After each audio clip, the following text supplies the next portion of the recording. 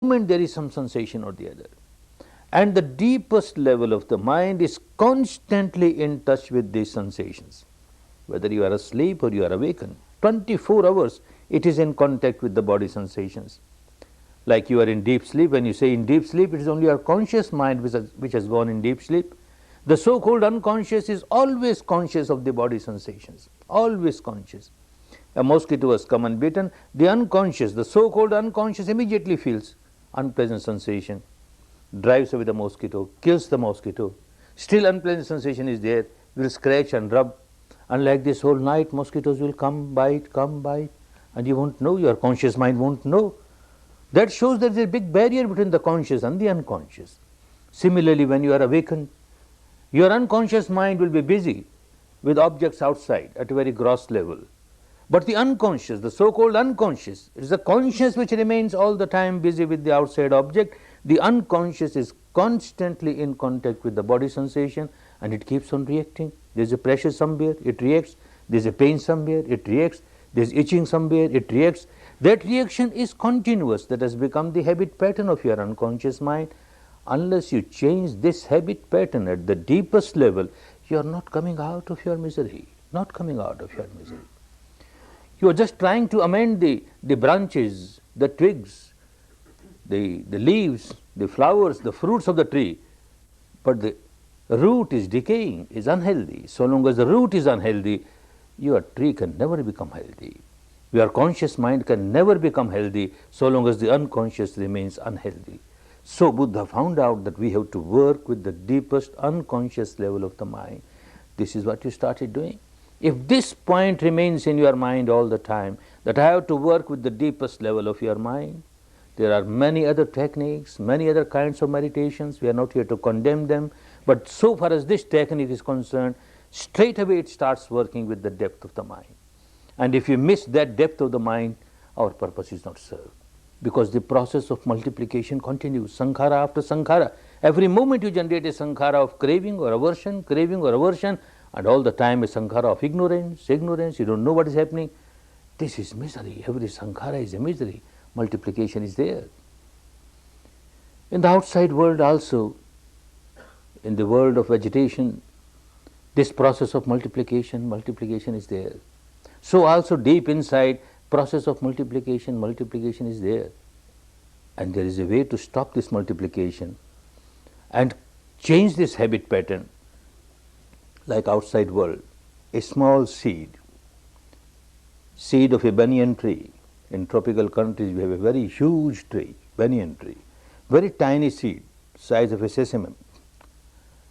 This small tiny seed contains this huge banyan tree.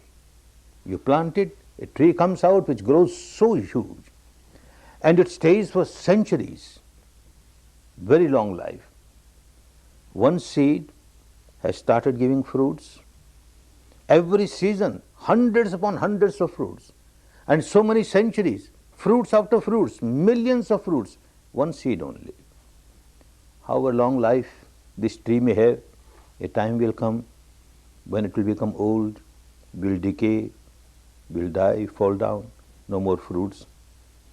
At the apparent level, one may say that one seed has given millions of fruits, but after all, the story ended. The story does not end. The multiplication continues. Understand how it continues. The seed that one planted and this huge banyan tree, fruits it started giving. The law of nature is such. You don't have any fruit which does not contain the seed of the same quality, one or more. Every fruit will contain seed. And again this seed contains a huge banyan tree. And millions of fruits, millions of seeds, and every seed has got a huge banyan tree. Oh, endless process of multiplication, endless process of multiplication. But nature has also helped to understand that how this process can be stopped. It is true, every seed has one huge banyan tree. But this seed requires a fertile soil. It requires water. It requires fertilizer, manure. You throw it on a rocky land It can't grow. Banyan tree cannot come out of it.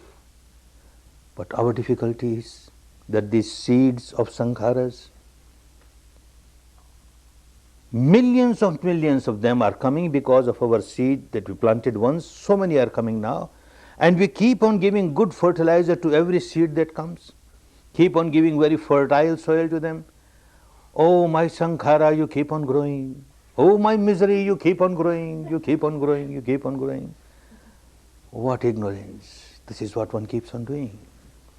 Like one carries a tank full of gasoline, petroleum. One spark comes from outside, comes in contact with it, and a big explosion, huge explosion.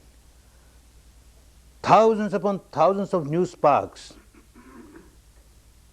without understanding that every spark that you have generated now will bring hundreds and thousands of sparks in return. And then again every spark that comes, you will be giving all that gasoline again. Multiply, multiply, multiply. At the intellectual level, one understands this multiplication is so dangerous for me. I should not generate sankharas. Every sankhara is so harmful. Every sankhara is multiplication of my misery. And yet, it is merely an intellectual understanding. Unless you practice properly at the level of sensation, you can't come out of it. One knows very well, somebody is bringing fire towards me to burn me. The best thing is that I keep my water hose ready. When he comes, I open my water hose and extinguish the fire immediately. That one understands at the intellectual level. But at the actual level, somebody is bringing fire. I open my petrol pump. Burn, burn. I throw a bucket full of petrol over him. You burn, I burn, both of us burn. And later on you realize that was so wrong. I should not have done that. When fire was brought towards me, I should have used water to extinguish it, not the petrol. And you go to your God Almighty, to this God, that God, Goddess, and pray, I made a mistake. Please excuse me, I made a mistake. Next time, the same mistake. Next time, the same mistake. You're not coming out of it. It doesn't help. Because you don't know what is happening deep inside.